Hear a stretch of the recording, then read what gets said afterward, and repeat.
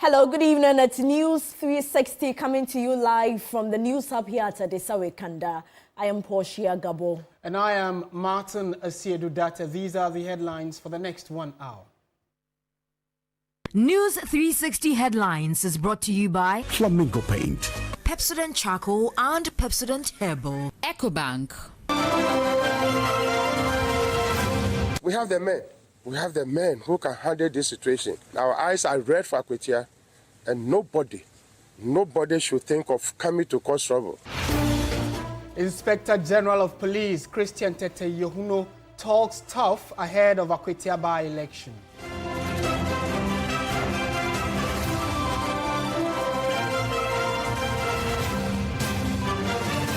And also coming up tonight, Energy Minister announces major boost in gas production expected to reach 120 million metric standard cubic feet per day.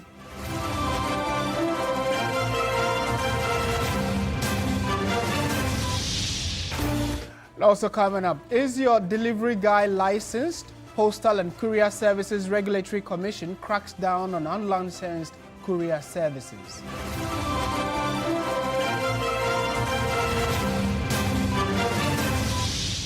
In business news, President John Mahama expresses confidence of further upward adjustment in Ghana's credit rating ahead of the next IMF review.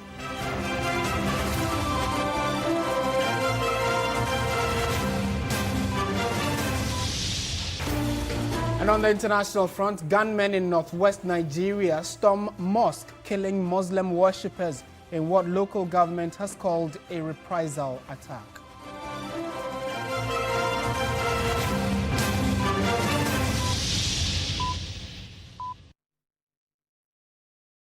We have details of all these stories and more. We are also live on 3news.com. That's our website, and streaming on Facebook as well. So do let your comments come in.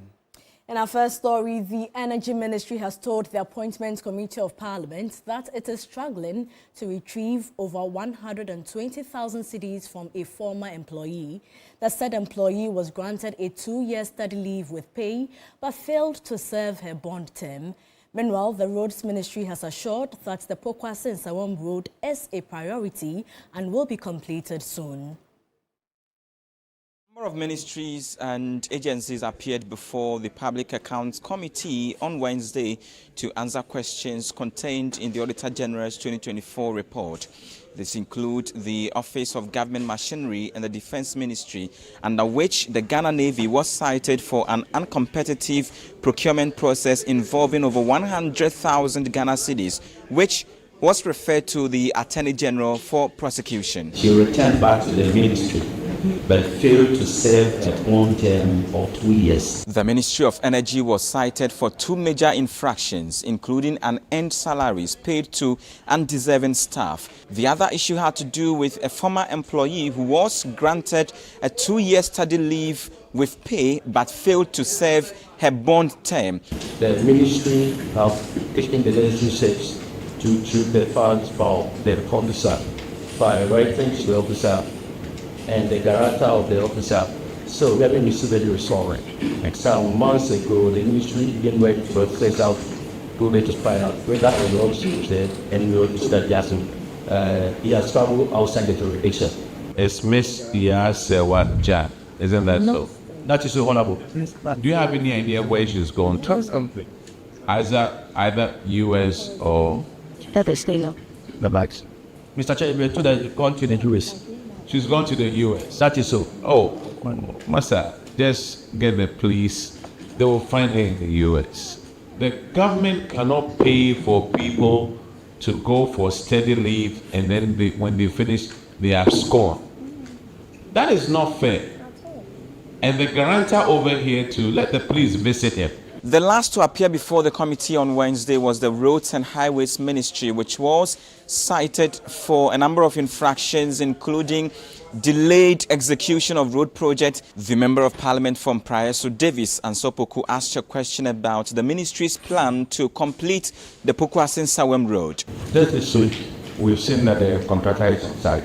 Is it just those of patches, or it's you ensure completion of the work, and they will need that commitment from I have my minister's permission to first of all apologize to all motorists on that stretch.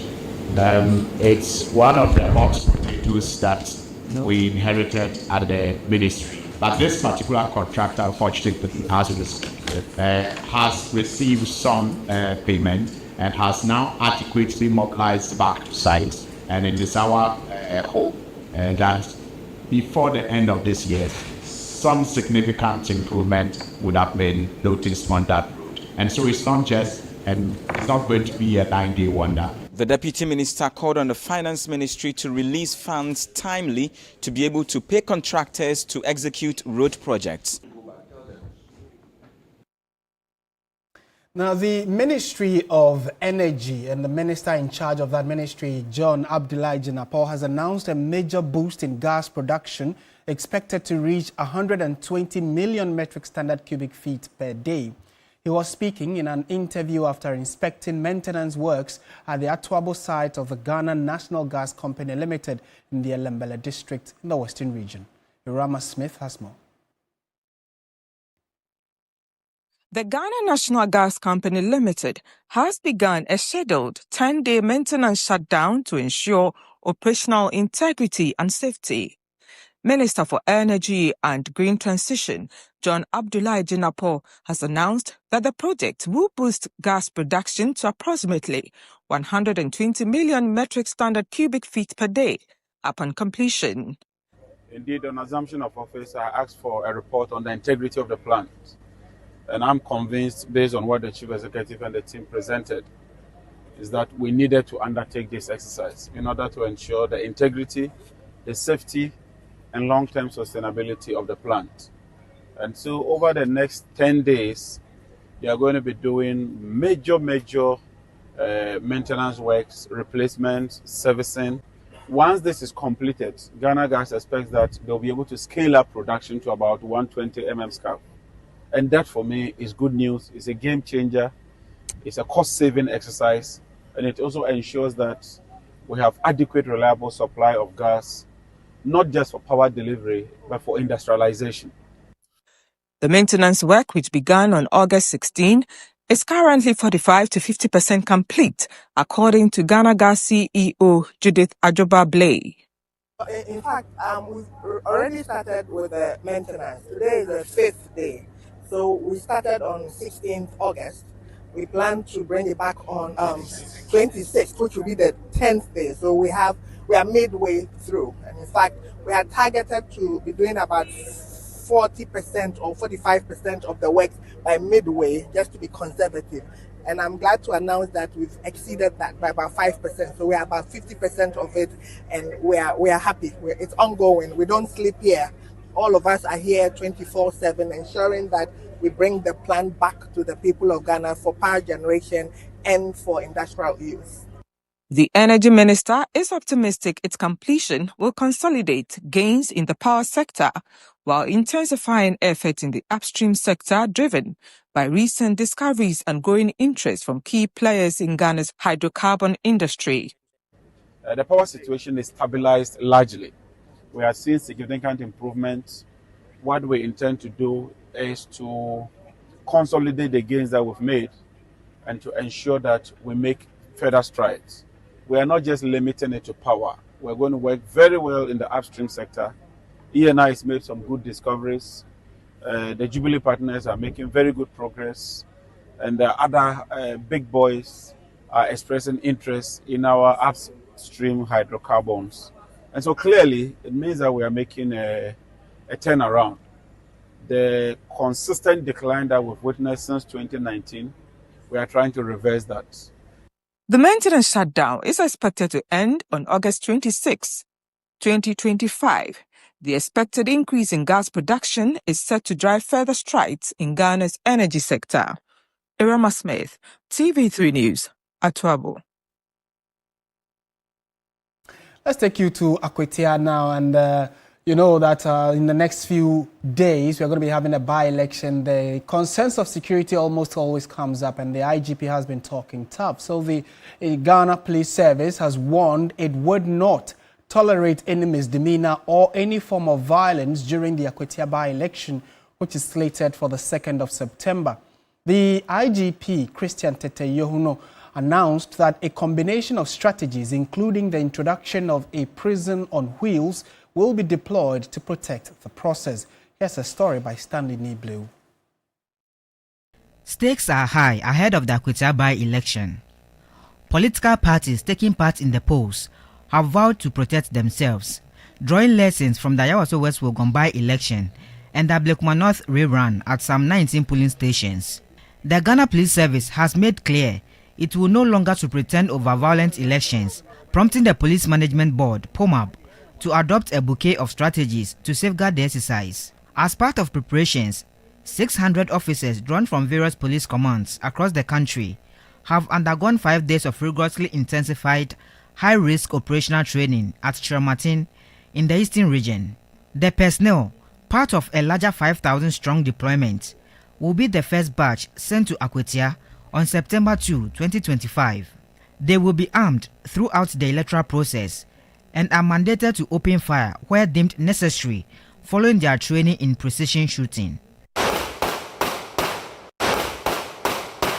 They have also been trained how to fire at targets so that they don't cause any casualty to, innocent people.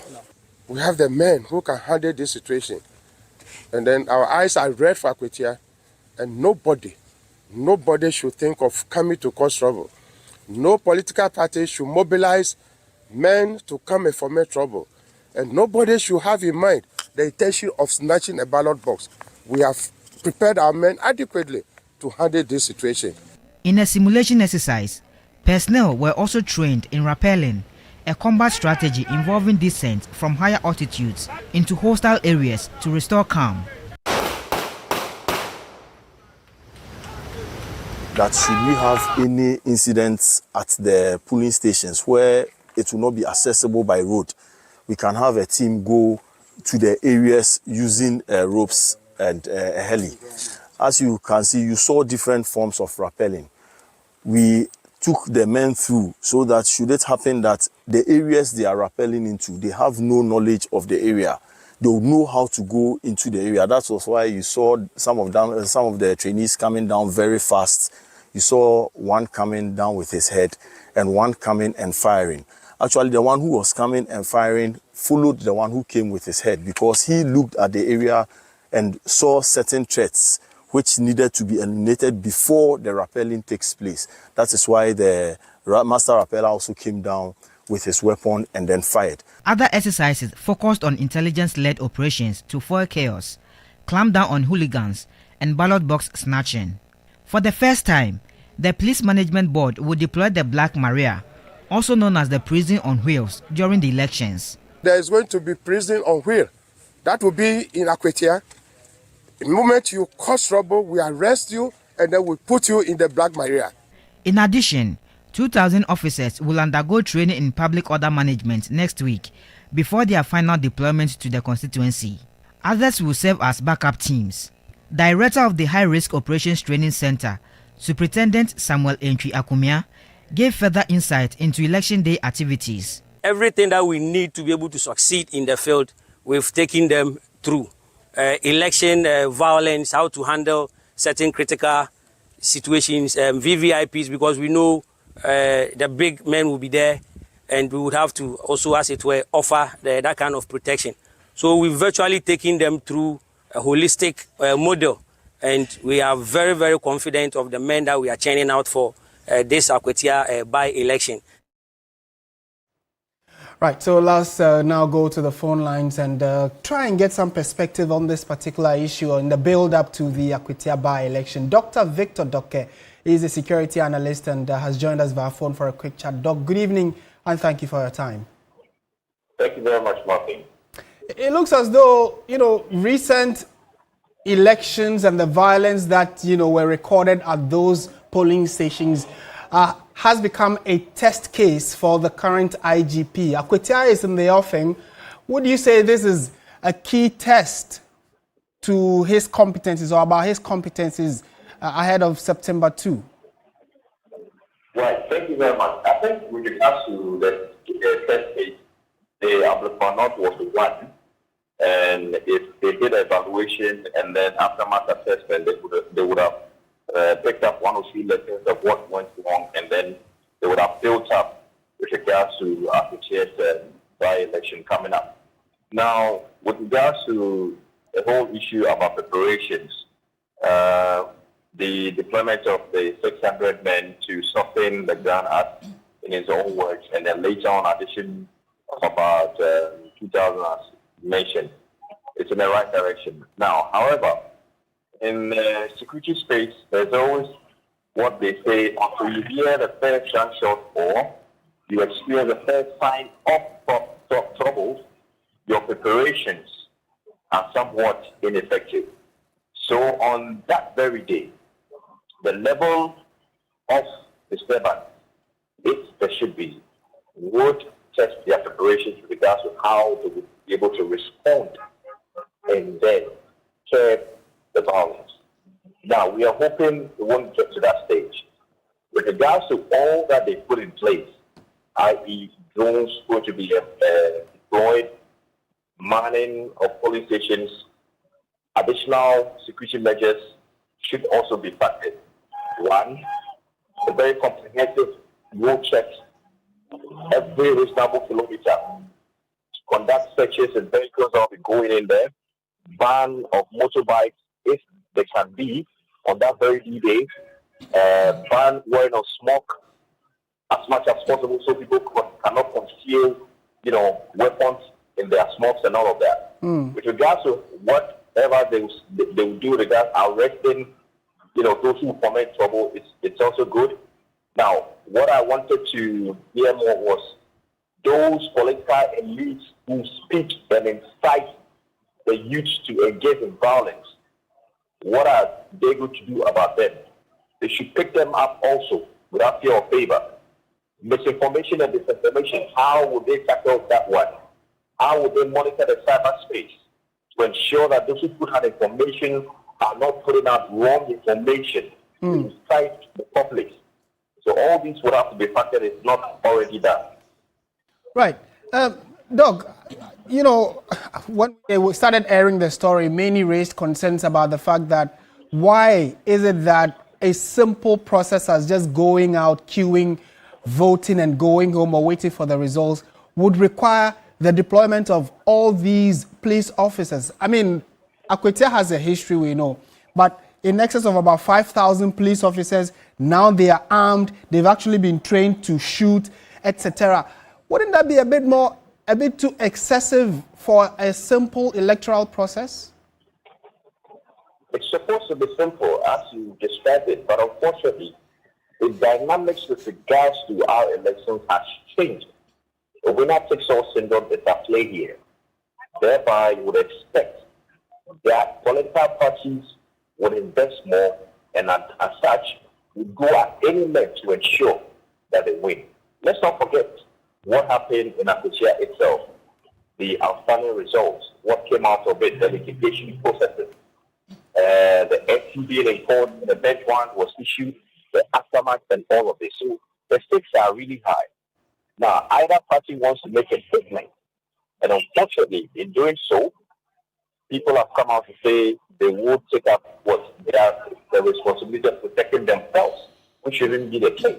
Now, how do we ensure that the trust that we will have for the security agencies will be upwards so that these political parties who have the intention of protecting themselves in court would reflect?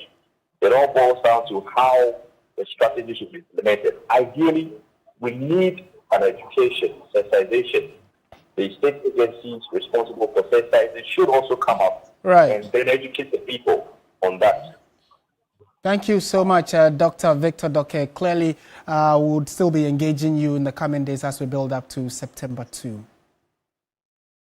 Meanwhile, the police have arrested 8 suspects in connection with the Ablekuma North election rerun violence. The Inspector General of Police, who disclosed this during an engagement with the Ghana Journalists Association, said they will be arraigned by Friday. Journalists as well as some political figures were assaulted during the rerun of the Ablekuma North election in 19 polling stations on 11th July this year. Speaking during a meeting between the leadership of the Ghana Police Service and the Ghana Journalists Association, the IGP revealed that some 8 suspects have been apprehended and are currently being processed for prosecution. There were these assault issues that were mentioned, and then the Accra Regional Commander, as at yesterday, had got 8 suspects. 8 suspects have been arrested. Yesterday, they are being processed, and from the advice I had from the regional commander, means that tomorrow they will put them before court. Later, either tomorrow or Friday, one of these days, all these suspects will be put before court. So we are making progress. The IGP also addressed concerns about the police officer who assaulted a journalist during the Ablekuma North election rerun. He clarified that, contrary to rumors, the officer had not been transferred but was interdicted. When you are interdicted, your uniform is taken away from you.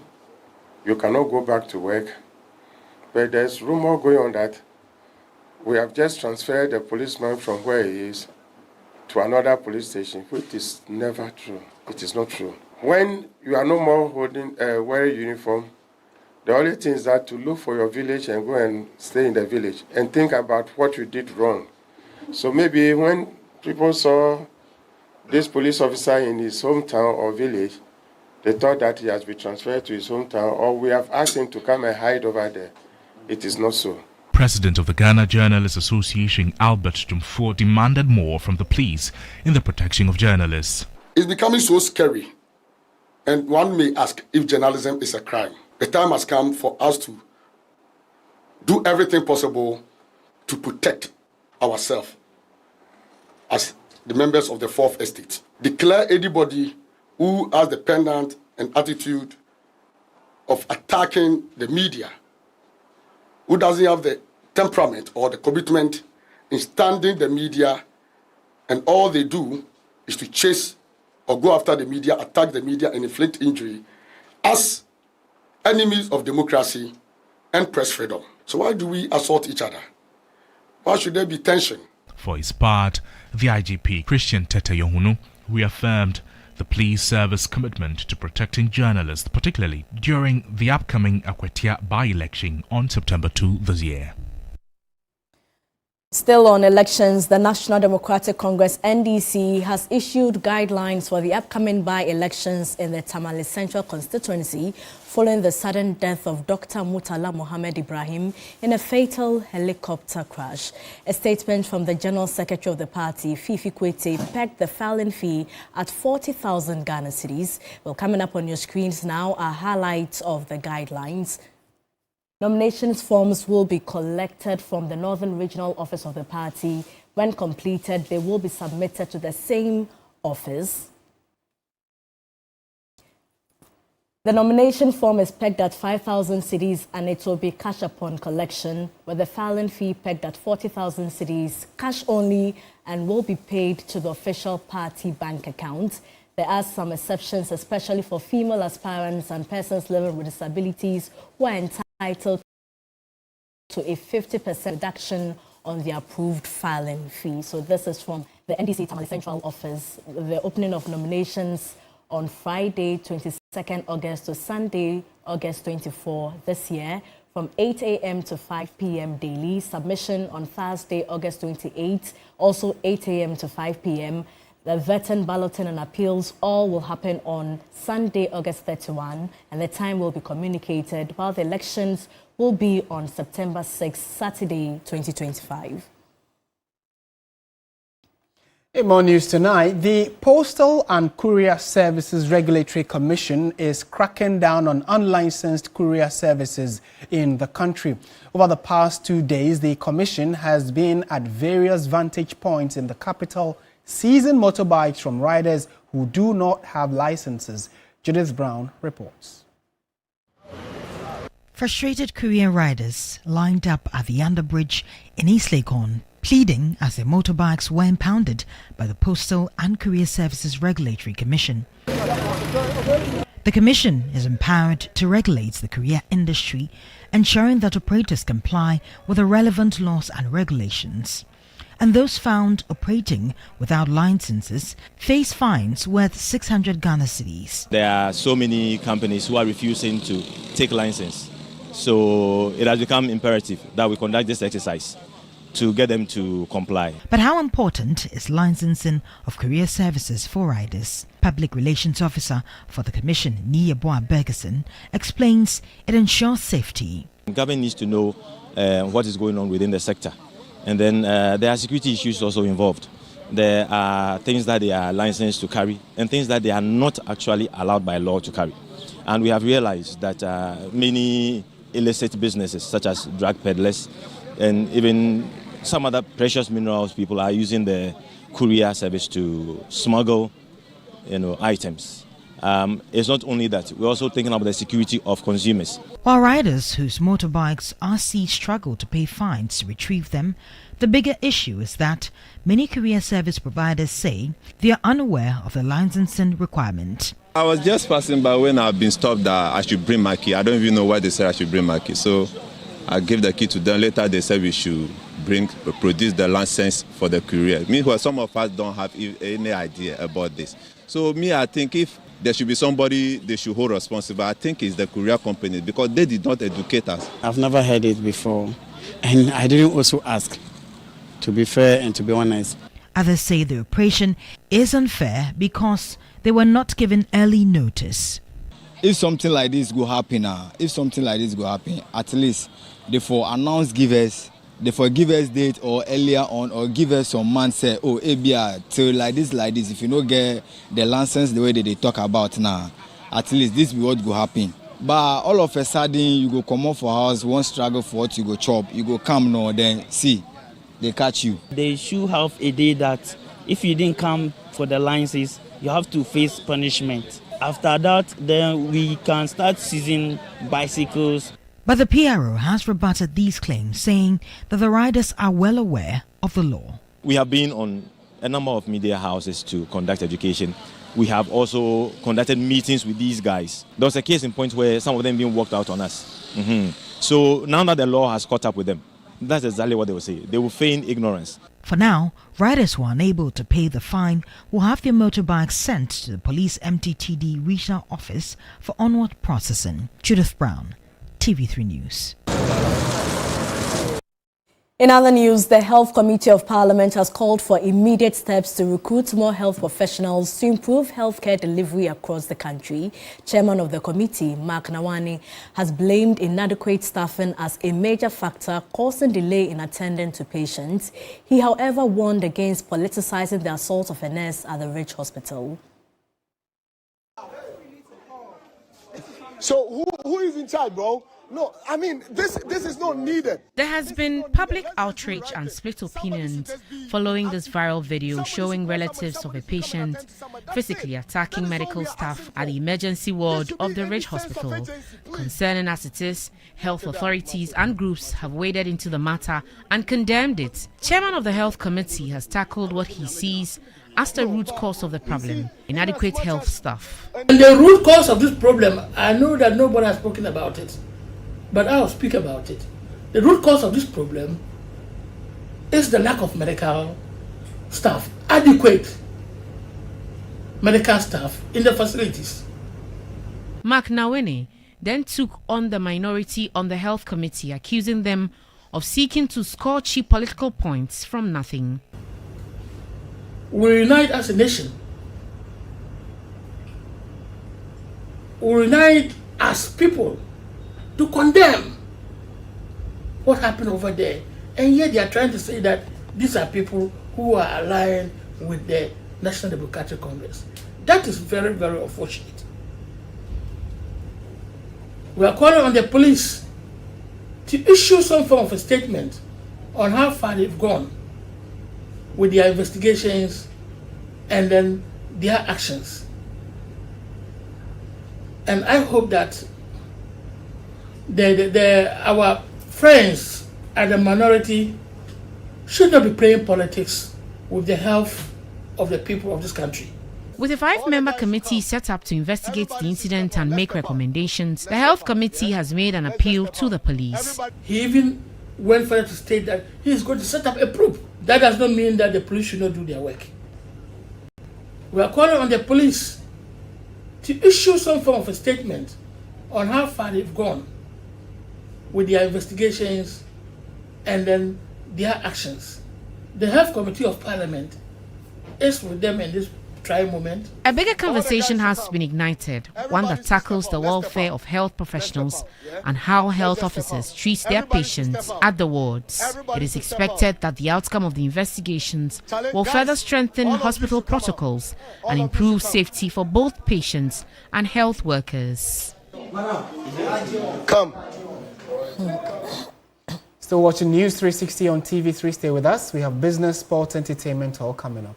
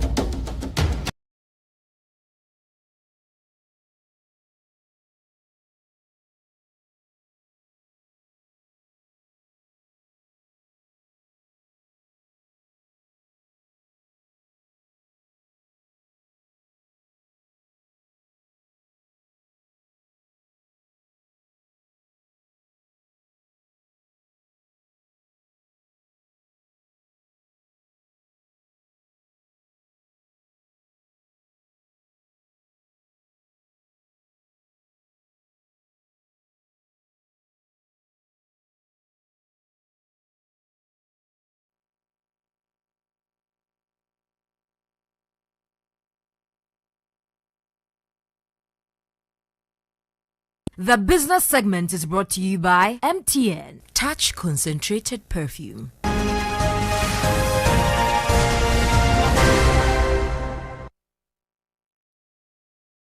Hello there, good evening and welcome to the business segment here on News 360. I am Michael Obodu.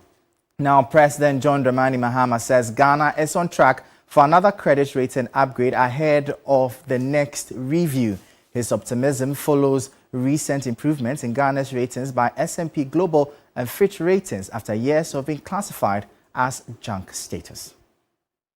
In May, S&P Global Ratings raised Ghana's foreign currency issuer credit rating from selective default to CCC+, citing progress in debt restructuring and macroeconomic stabilization. Fitch Ratings followed in June, upgrading Ghana's long-term foreign currency issuer default rating from restricted default to B- with a stable outlook. The Fitch upgrade came after the successful restructuring of $13.1 billion in Eurobond debt and ongoing talks over remaining external liabilities. These ratings mark a turnaround from previous years when Ghana's debt was deemed unsustainable and its credit status plunged. President Mahama believes another upward revision could be imminent. We've been upgraded from junk status to B- with a stable outlook. And I'm certain that in the next review, we're going to be upgraded again. The president was speaking during a visit to Japan, part of Ghana's broader push to deepen economic partnerships and attract foreign investment. He announced that the minimum capital requirement of $1 million for foreign investors has been scrapped, describing the move as a step towards making Ghana a more attractive destination. Some barriers were put to foreign investment. You had to prove that you had brought in a certain amount of money to be classified as a foreign investor. In the reviewed Ghana Investment Promotion Center Act, we're removing those minimal capital investments. The trip included meetings with key business leaders and potential investors aimed at strengthening trade relations and securing support for Ghana's development agenda. BRICS may sound as the alternate route for Africa's economic liberation, but Minister of Education says Ghana's decision to be part must be subjected to national debate and high-level discussions while weighing the ramifications of breaking ties with the West. Haruna Idrisu expressed satisfaction of the current performance against other major trading currencies, emphasizing the need to sustain gains chalked. How do we strengthen the Ghanaian cedi against other major foreign currencies? Through trade and not aid. And to throw it to the Ghanaian people whether Ghana wants to be part of BRICS. What are the benefits against the ramifications of breaking our ties with the West? That has to be subjected to some national debate and national discussions. Government just can't take a decision on that. We have to weigh what the benefits and the consequences will be. But increased trade and intra-Africa trade, I'm all for it. The Ghanaian currency have suffered some epileptic fall, as I've said, but at least President Mahama have done well. He's now the IGP. He has arrested the depreciation of the cedi. He's now the IGP, at least he's arrested the depreciation of the cedi, unlike those who promised and pledged and couldn't do it. What is important is sustaining it, not just for a few months, but it should be over a long period of time because it affects the cost of doing business and the cost of transacting business in Ghana. Genius Lucy Limited, a Ghanaian company, has officially launched the third edition of the Luckiest Seasonal Draw in Accra. This exciting game, hosted on the National Lottery Authority's Caritas platform, aims to provide individuals with a chance to boost their finances for the upcoming festive season. Running from now to December 2025, this unique opportunity allows people to participate in the draw. Lucky ticket winners to get exciting prizes such as cash, electronic appliance, vouchers, among others. Managing Director of Genius Lucai Limited, expressed appreciation to the NLA through its Caritas platform for the support and guidance in running the lottery. We have created the luckiest to affect the ordinary person, the everyday person. This year, we are giving as much as 2.5 million cedis to the luckiest ticket winners. We would want to say thank you to the National Lotteries Authority, the Caritas team, for the support, the guidance that they've given us till date. Head of Media Relation for the Luckiest Draw promises to make this year's lottery more accessible for participants. I urge all Ghanaians to participate, because the good thing is, if you play and you don't win, the monies that you pay will be dedicated towards good causes, and then you see them within your communities, and then at least you know that the monies that you contributed are not being used by some illegal people somewhere to line their pockets, but they will go into national development. Ambassador for the lottery draw urged the public to patronize it as it is a way of giving back to the community. Who doesn't become happy when you find money in your pocket? That is what it is, and the luckiest is one of the opportunities to do so. For me, it's one of the greatest games that brings that opportunity to your doorstep.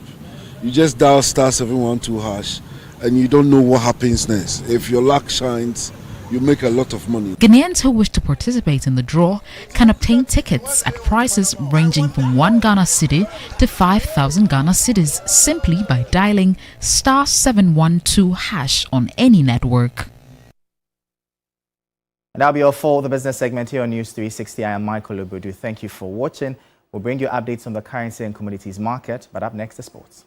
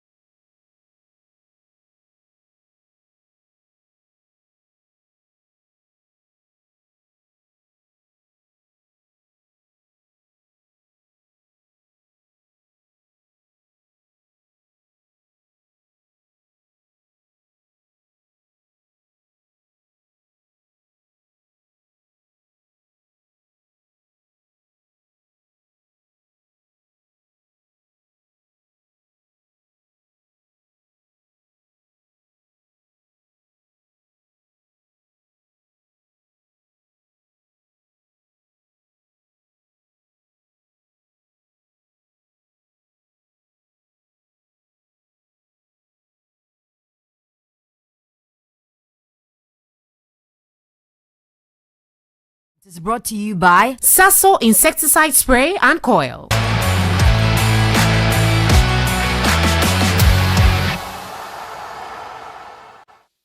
Hello, good evening and welcome to the sports segment here on News 360 with me, Reku Ampofo.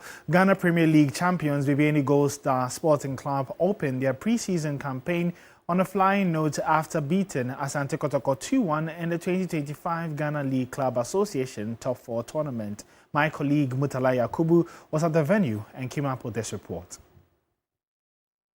So the first game of the 2025 Ghana Top 4 has ended here at the University of Ghana Stadium, and Asante Kotoko have been defeated by the Bieni Gold Stars by 2-1. It was a cagey encounter between the league champions and the FA Cup winners, but it started pretty well for the Porcupines when Albert Amua, their striker, raised on onto a loose ball to tap home or slot past goalkeeper Kobe to make it 1-0 for Asante Kotoko. And their joy was short-lived because there was a defensive error at the back for them, and defender Samba O'Neill brought down Atakumi of the Bieni Gold Stars, and that resulted in a penalty. Atakumi stood up and converted to make it 1-1, and that ended the first half. In the second half, it started in similar fashion as there was a lot of intensity, and it was Gold Stars who were gifted a goal by Asante Kotoko. Miscommunication between defender Henry Ansu and goalkeeper Kamara resulted in an own goal, and Gold Stars from there defended their lines. They were very resolute and made sure they see the game out to win by 2-1. It means that the Porcupine Warriors would have to wait till Friday when they play Heart of Lions to see if they can get their first ever win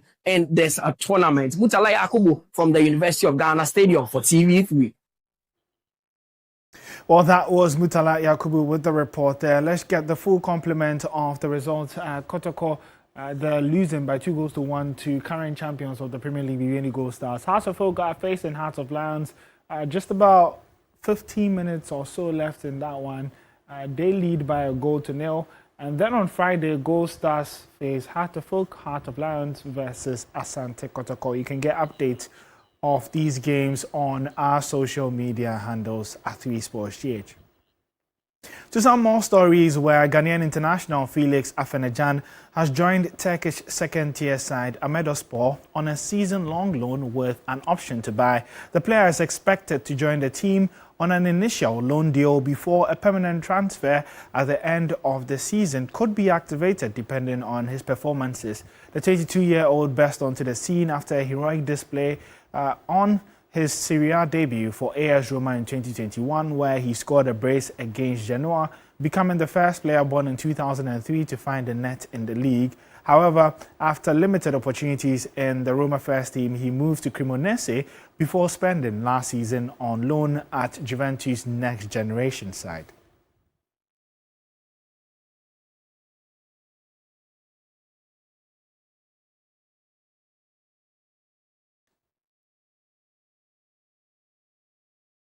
Let's go overseas where Alexander Isak and Newcastle over the last 24 hours have taken to social media to reveal what exactly has caused the player's absence from the Magpies' first Premier League game in the 2025-2026 season. We have more details for you in the following 3 Sports report. The Swedish striker has accused the club of breaking promises, insisting that when trust is lost, the relationship can't continue. Isak, who joined Newcastle in 2022 for a club record 65 million from Real Sociedad, has scored 54 goals in 86 appearances. But despite having 3 years left on his contract, he is now demanding an exit. The forward was absent from Newcastle's opening day draw against Aston Villa and also skipped the PFA Awards Gala, where he was named in the Premier League team of the season. In a statement posted on Instagram, Isak thanked his teammates but stressed that the issues with the club have been ongoing for a long time. He wrote, "The reality is that promises were made and the club has known my position for a long time. To now act as if these issues are only emerging is misleading. When promises are broken and trust is lost, the relationship can't continue. Change is in the best interest of everyone." Newcastle, however, responded firmly, expressing their disappointment with Isak's comment. The club insisted that no assurances were given for him to leave, stressing that Alex remains under contract and that they want to keep their best players. This draw comes just 19 days after Newcastle rejected 110 million bid from Liverpool. And with the Magpies set to face Liverpool in their second league game, all eyes will be on how the Isaac saga unfolds. It will be on Monday between Liverpool and Newcastle. My name is Courier Kwampofo, and that's how we wrap up the sports segment.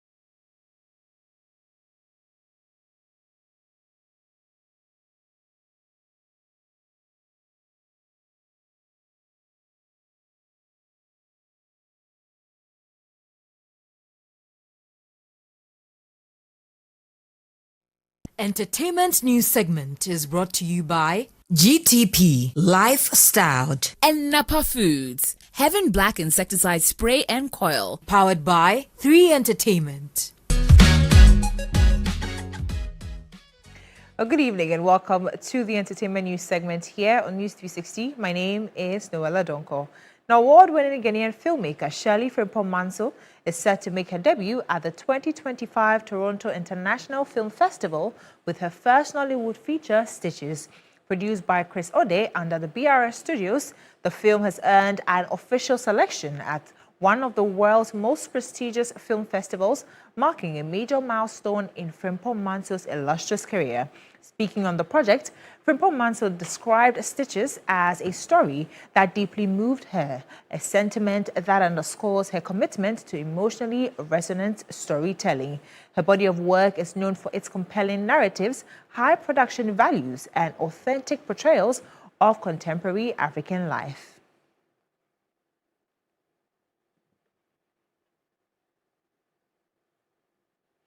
And now let's bring you some tidbits around the world of entertainment and arts.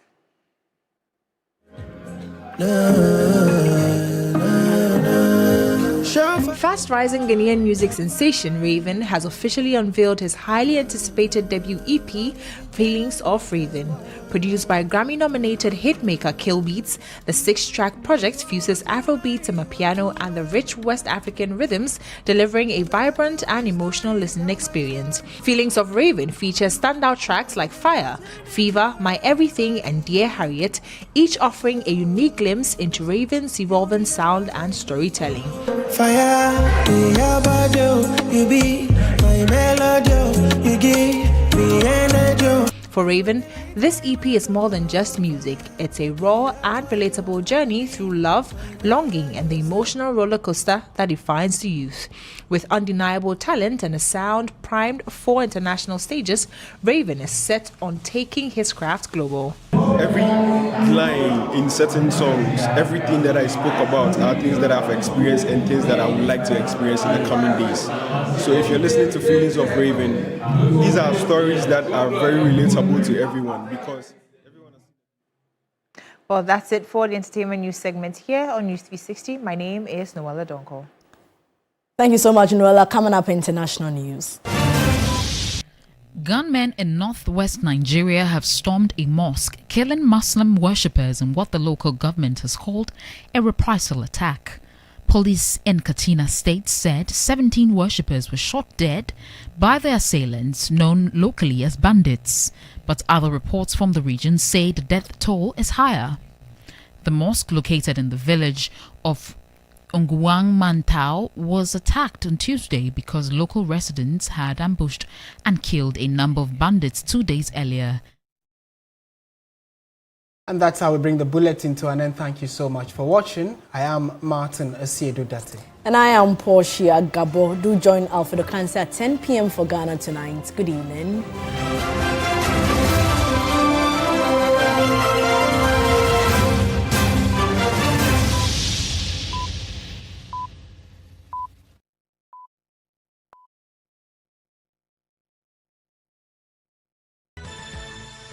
La la la la la la.